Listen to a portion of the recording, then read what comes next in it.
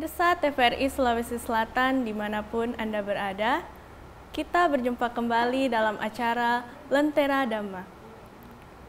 Sebelum memulai acara, terimalah salam Buddhis dari kami, Namo Buddhaya Soti Hontu. Telah hadir bersama kami, narasumber kita pada hari ini, Romo Pandita Bumi Horas, yang akan membawakan materi dengan tema mengenali kemarahan. Namo Buddhaya, Romo. Namo Buddhaya, Seva. Baik, mengenali kemarahan. Sebenarnya banyak dari kita pasti mengalami yang namanya kemarahan. Bahkan dari pemirsa di rumah pun, saya yakin tidak ada yang tidak pernah mengalami yang namanya kemarahan. Saya sendiri pun begitu. Namun bagaimana sih sebenarnya kemarahan itu dan bagaimana cara kita mengatasinya? Mungkin dari Romo bisa membantu menjelaskan apa sih sebenarnya kemarahan itu. Silahkan, Romo. Ya, terima kasih, Seva. Jadi, kemarahan memang adalah salah satu dari 3 akar kejahatan yang ada di dalam diri kita. Dan biasanya kemarahan itu kita tidak sadari itu sudah muncul dalam diri kita. Kadang-kadang pada saat kita merasa jengkel dengan suatu hal, itu biasanya kita kelihatan dari fisik yang cemberut dan muka yang jelek, ya. Nah, biasanya kadang-kadang kalau kita ketemu hal-hal yang tidak sesuai dengan persepsi kita, yang tidak sesuai dengan maunya kita, nah kemarahan itu muncul. Nah, pada saat itu kadang-kadang kalau ambil contoh ya, misalnya satu waktu kendaraan kita di lambung, kemudian kita lagi berkendaraan ini, terus kita kaget karena kita di lambung, nah biasanya kan kita jengkel. Nah, terus kalau ada teman yang mengatakan, jangan marah, itu kan biasa. Saya tidak marah, saya cuma kesal. Nah, memang apakah dalam kacamata Dhamma, apakah kesal itu tidak sama dengan marah? Nah, sebenarnya kalau kita mau melihat bagaimana tingkatan kemarahan tersebut, di dalam Mahadidesa Khuddaka Nikaya, Sang Buddha pernah menjelaskan bahwa tingkatan kemarahan itu sebenarnya mulainya dari pada saat batin kita keruh. Jadi kalau ada orang mengatakan, saya tidak marah, saya cuma kesal dengan tindakannya. Nah, kalau kita melihat pada saat batin kita keruh, Sang Buddha membagi tingkatannya menjadi 14 tingkatan. Nah, jadi di awal pada saat batin keruh, Sang Buddha mengatakan tetapi muka belum cemberut. Yang kedua, muka sudah cemberut tetapi badan belum gemetar. Yang ketiga, badan sudah gemetar tetapi mulut belum mengeluarkan umpatan.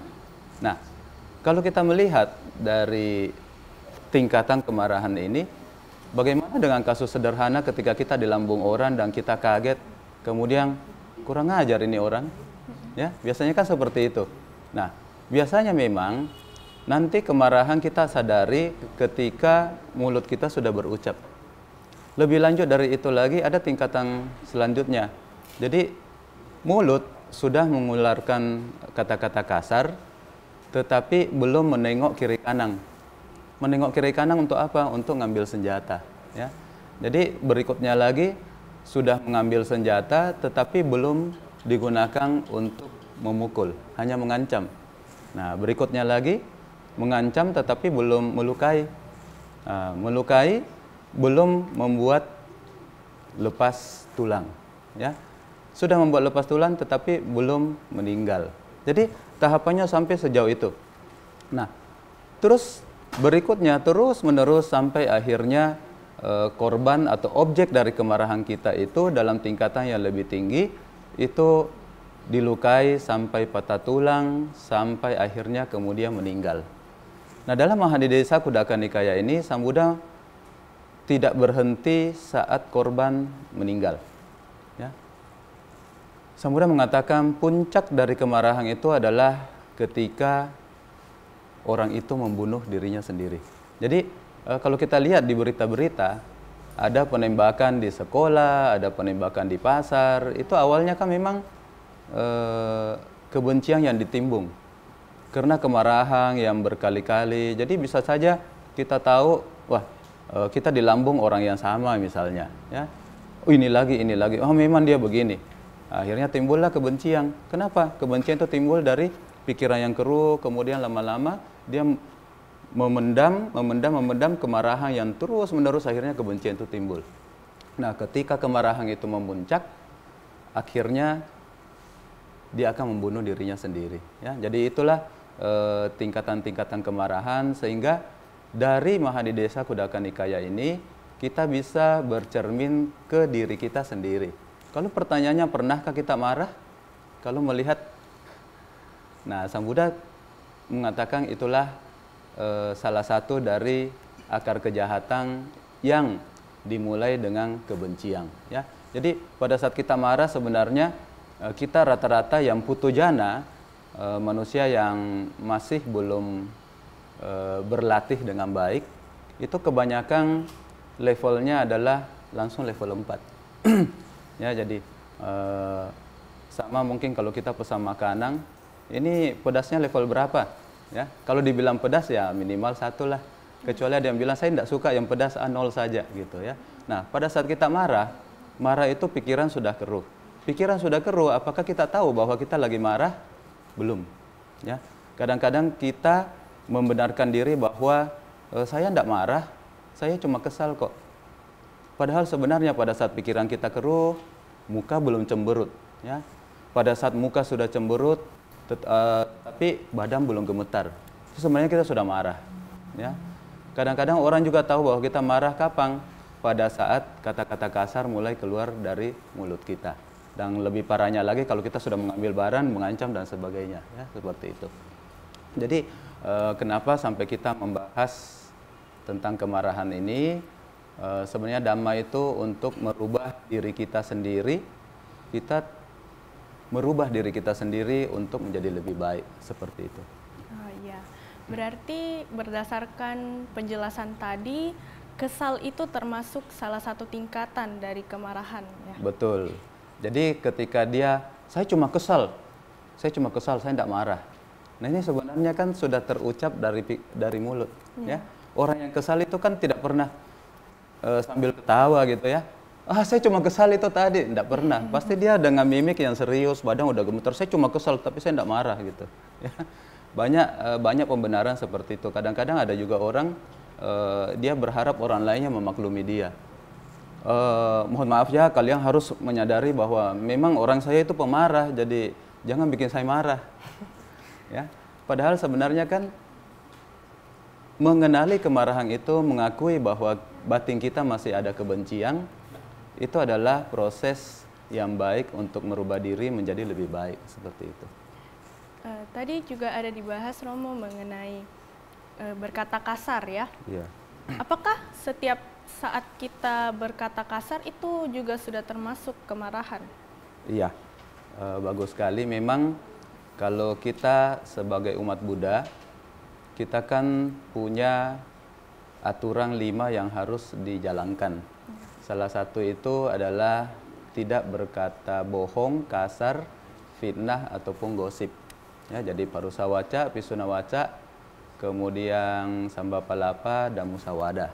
Nah, ketika kita berkata kasar, kenapa sampai ucapan bisa kasar? Sekali lagi, ketika kita melihat ke dalam diri kita, pasti ada objek yang tidak menyenangkan yang kita ketemu.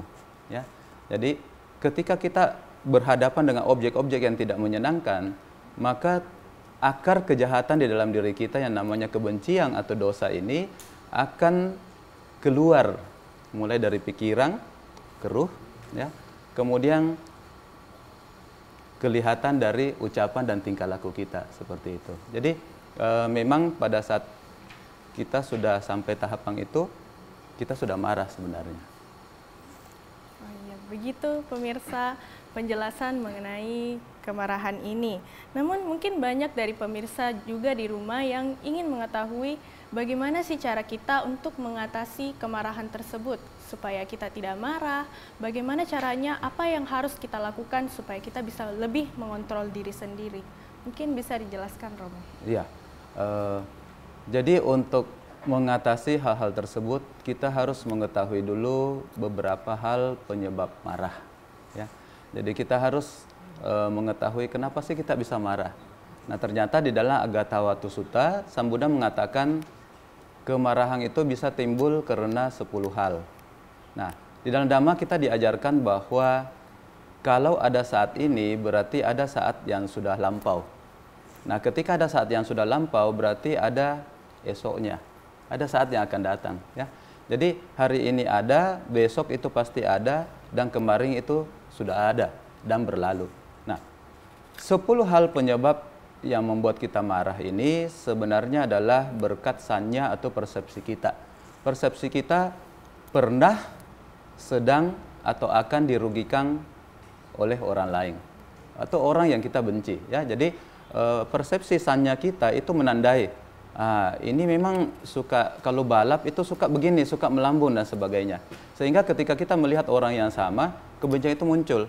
Kenapa? Karena kita pernah dirugikan oleh dia atau sedang dirugikan dan kita berpikir akan dirugikan.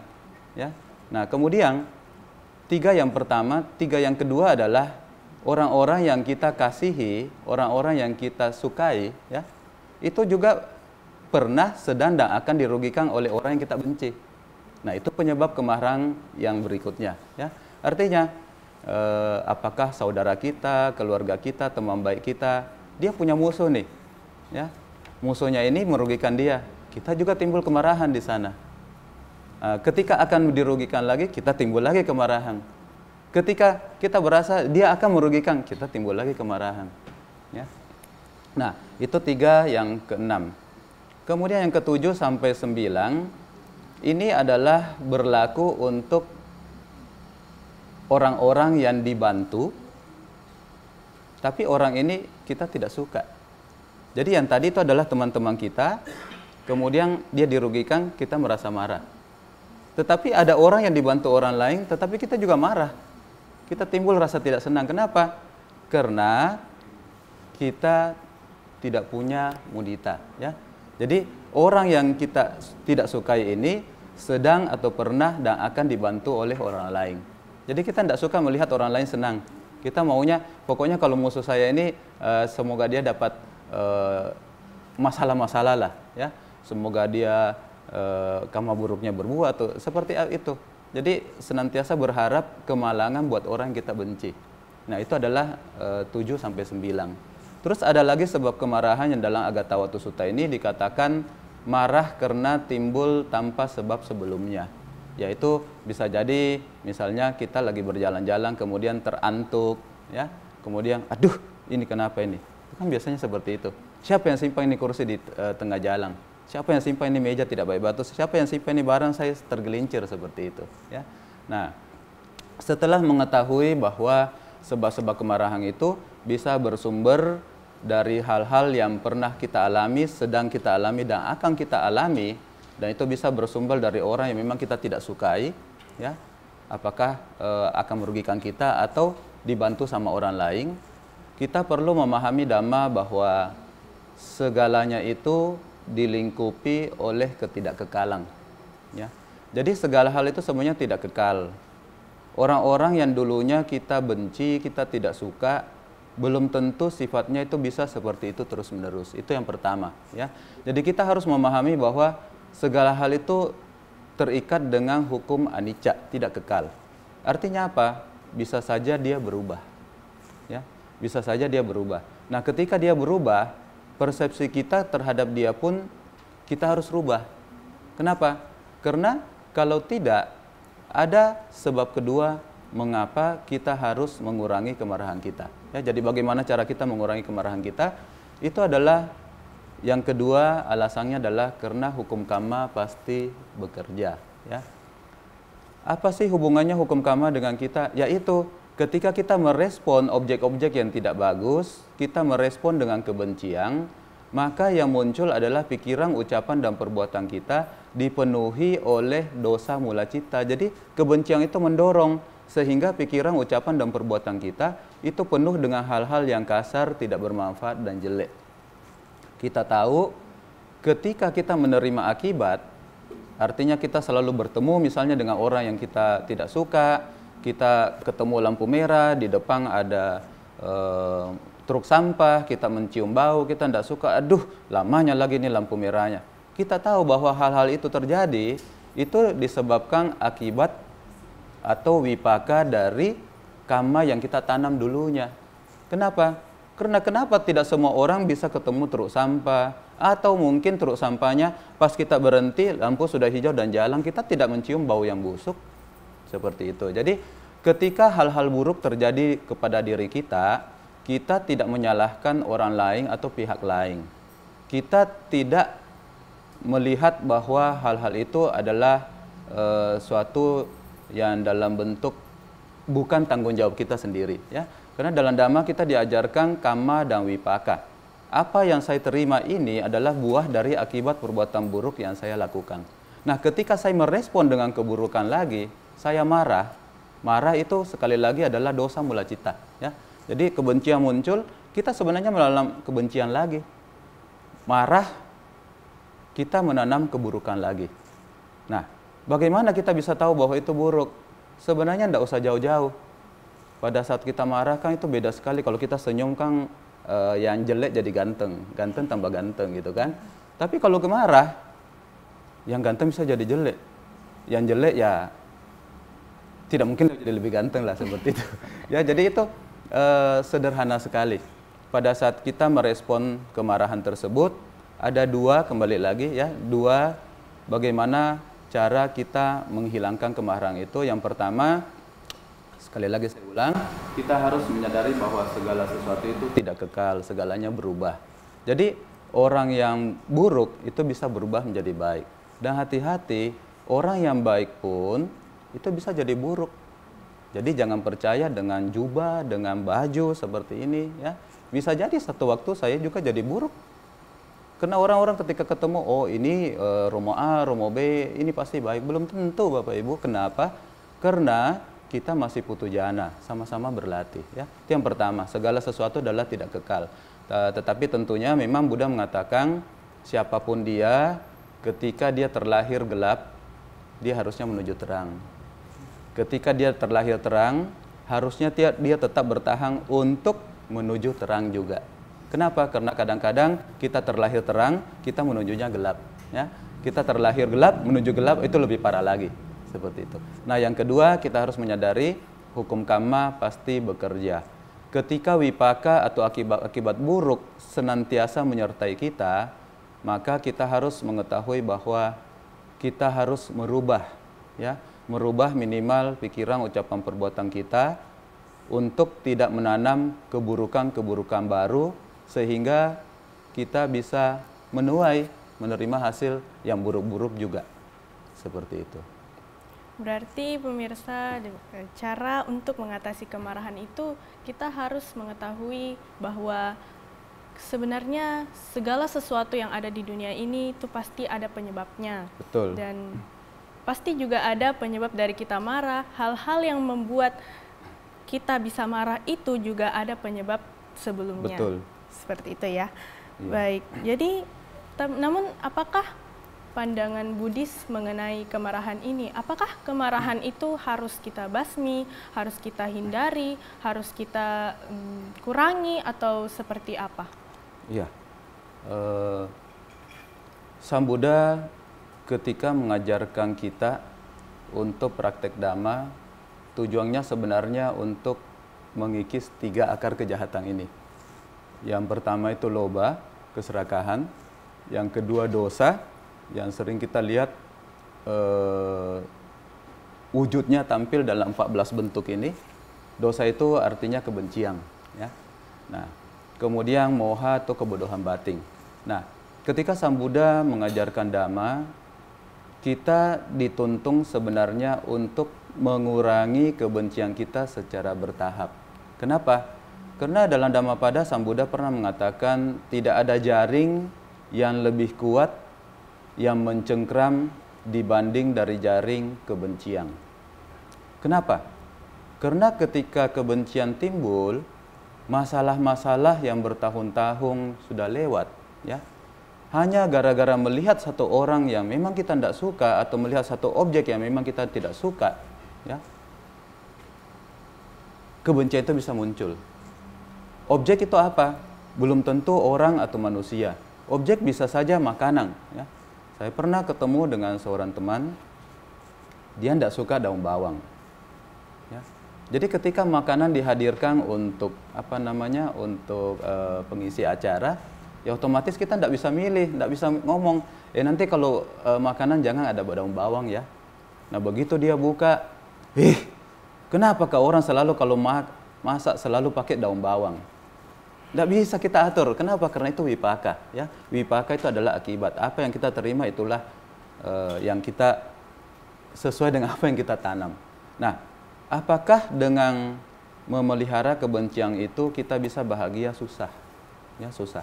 Makan nampung yang sederhana kita bisa sudah lakukan hal seperti itu. Kenapa selalu pakai daun bawang? Tutup, simpang. Oke, disimpang, akhirnya apa? Ya kelaparan. Masih bagus kalau makanannya, saya tidak suka daun bawang. Kalau begitu lebih bagus saya danakan sama orang. Itu bagus. Kenapa? Melihat wipaka buruk, kita bisa merespon dengan hal yang baik. Ya. Jadi semua wipaka, semua objek yang kita ketemu di luar, itu sebenarnya netral. Tergantung kita mau merespon baik atau buruk. Bertemu dengan hal-hal buruk saja, kita bisa merespon dengan baik. Ya, seperti itu. Jadi tergantung kita mau memilih mengisi kehidupan kita dengan baik atau buruk. Nah, karena Dhamma sudah diajarkan dengan tujuan agar kita mengikis kekotoran batin, maka kebencian ini harus kita pelan-pelan kurangi. Dan bahkan Sang Buddha mengatakan banyak makhluk murid-murid beliau ketika kebencian sudah hilang, habis betul-betul, loba keserakan sudah hilang, habis betul-betul, moha kebodohan batin sudah hilang, habis betul-betul. Nah, murid-murid beliau mencapai tingkat kesucian arahat sama seperti beliau. Dan itulah tujuan akhir umat Buddha, Nibbana. Baik. Tak terasa pemirsa, kita telah tiba di penghujung acara. Mungkin pembahasan yang paling terakhir tadi juga sekaligus menjadi kesimpulan atas apa yang telah kita bahas pada hari ini dengan tema mengenali kemarahan. Anumodana dan terima kasih kami sampaikan kepada Romo Pandita Bumi Horas atas pembahasan yang sungguh luar biasa dan sangat relate dengan kehidupan kita sehari-hari. Demikianlah pemirsa, sebagai penutup marilah kita mendengarkan lagu Buddhis dengan judul Hadirkan Cinta yang akan dibawakan oleh saudari kita, Jessica.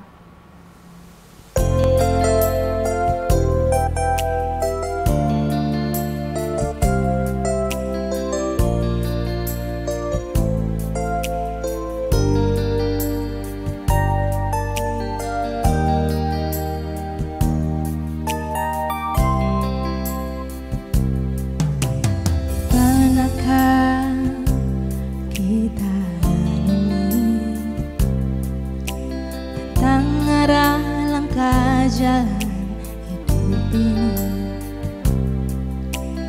tebarkanlah cinta kasih di lubuk hati agar bahagia terjadi.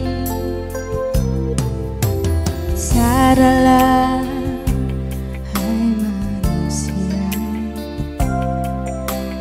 pedoman yang benar pancarkanlah cinta kasih pada sesama agar bahagia dunia.